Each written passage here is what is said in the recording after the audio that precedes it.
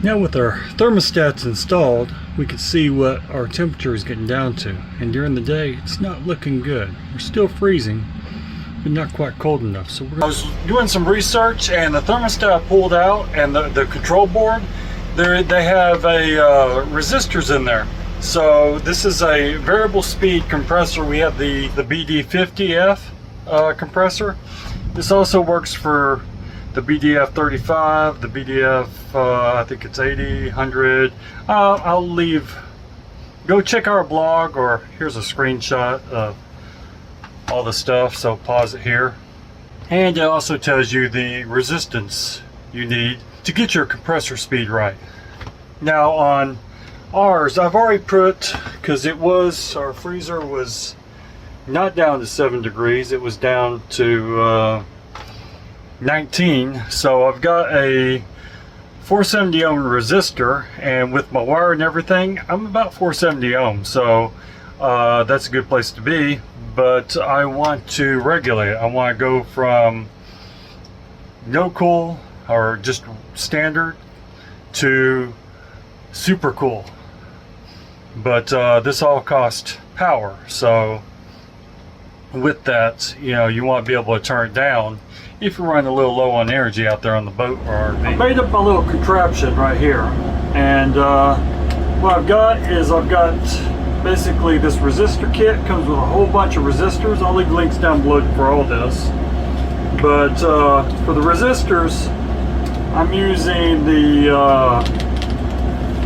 220. That's coming in from my electronic thermostat, which I'll also leave down below. These are pretty cheap, so yeah, I got some spares on board. I'm going to cool some other things on this boat, along with the AC from last week that we fixed. It's still running, so I'm cool right now. Cool running on this boat. But got that, and now I plugged it into these little switches right here. This is a 3-way switch, so center is off, and then I'm going to have turbo and normal. Normal will be a little colder than the factory revs, because that's going to pull me up past 600 ohms. At turbo, we're going to be running 1200 ohms.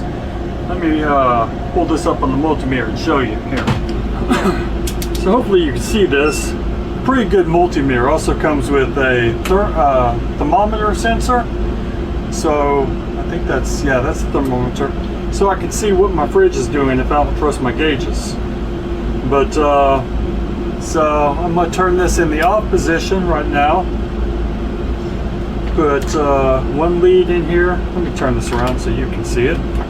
There you go. There goes the AC. We're coming back on, getting cool again. Go check out that last video, see how we fix that.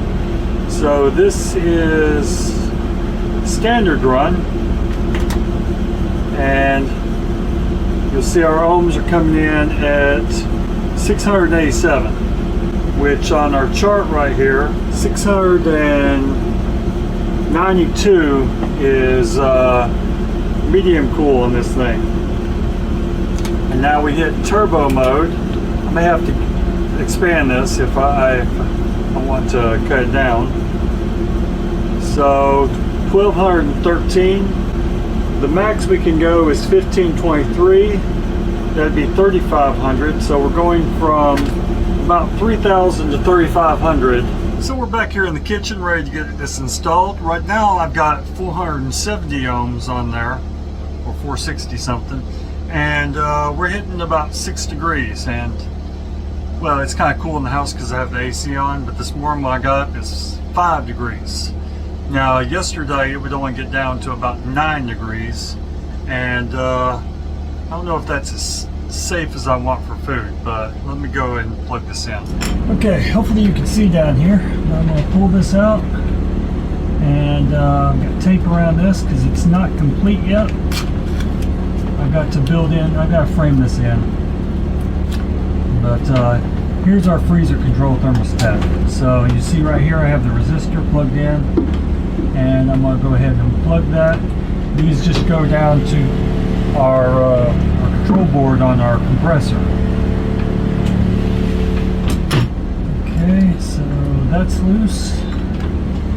And all the stuff I'm using, I also use a heat gun to shrink up these connectors, but I'll leave that down below.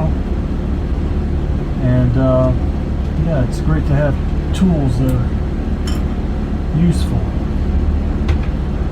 Okay, strip this off. Now this wire is not causing me hardly any resistance. I may be getting ohm of resistance out of this wire, so this is not an issue.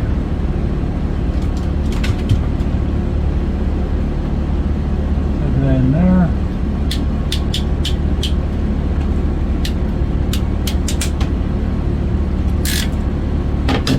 So positive, negative, and then this is your relay, for your temperature relay. So this powers your thermostat, and these just go off and on when it reaches a certain temperature. Pretty easy, it doesn't matter which way you plug them in. But we got that off. Let me see if I put my tape back. Don't prosecute me for my tape. I know it's ghetto. But I'm gonna build basically this is where my propane tank was. I'm gonna build a little wall plate in here and get that going right. So, and there is our control switch. I'll leave it right there for now, and I'll turn this on. Okay, so it's on. This is off. So basically our fridge compressor is not running, but I'll turn this to normal mode. So right now I'm going to be running this on normal mode. I want to see how cool it gets on that mode. This is going to take me a little bit to get the numbers, but I'm going to update you on the power draw of both of these things. So you'll stay in this video because that's coming. But we're going to do the normal mode, and I will leave the ohms, and then we'll do turbo mode and the ohms, and we'll see what the temperature difference is. And another thing that is good for, well, I got dirt all over my face, optimizing your fridge is make sure it's closing. So I've got a bunch of these clamps that broke. One exploded and just came all over the floor, so yeah, I'm gonna get that fixed and also clean up my face.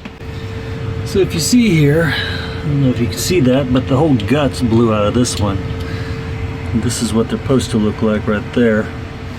I'll show one in the light. Let's see if I can get light there. So the whole guts blew out of that one. So on the top here, it looks like we're purely relying on gravity to get it down. So I'm going to fix both of these, and hopefully it tightens up the top here. Okay, now that I have all my hinges done, or my locks for my freezer and fridge, I'm going to put my hydraulic back in. And what I've done is I've attached a little fan that I'm going to run in the freezer to help defrost. So, and since it's damp in there, I got beetle tape instead of just silicone, because yeah, the wall's already rotten. I'm gonna have to replace it, but this will allow my wife to be able to lift the door in the interim and hopefully defrost the fridge, keep it cooler in there, keep that cold air circulating, and all that good stuff. So I have that installed. This is temporary, but beetle tape should keep out any moisture around them screws. And I see it's got a little space behind there, and I know you're going to say, water gets back there, it's going to push that thing off the wall. So just don't let water get back there. But also, when it comes up, now it comes all the way to the top. So it's a lot easier to get more things in there. See, look at that. So that's some good stuff right there. Now that I got my hydraulic installed, I pulled some U wires to run to the fan I've got bolted to the back of the hydraulic mount to help circulate air through here to hopefully get the fridge temperature down, and also get some air circulating in this freezer to help cool. Okay, so I got the fan installed. Excuse the wiring mess. This is version 1.0 on all this, because I'm just working it out. And clothespin to hold the thermostat back there. But yeah, it's a work in progress. And temperature right now is almost 40 degrees in the freezer, 50 degrees in the fridge. That should drop down. So right now it's on turbo mode, and the amp difference wasn't that much between that and the normal mode, and the temperature difference was hard to tell. So I'm going to change the resistors for normal mode. Now I'll probably up the resistor for turbo mode, but might make normal mode more closer to the lower compressor speed. And here are the numbers. We got very little amp draw very little difference in amp draw between the two, and our temperatures were very there were between the air, I couldn't really tell a difference. But yeah, I have a lot of work to do on this, and hopefully this was helpful for you in version 1.0.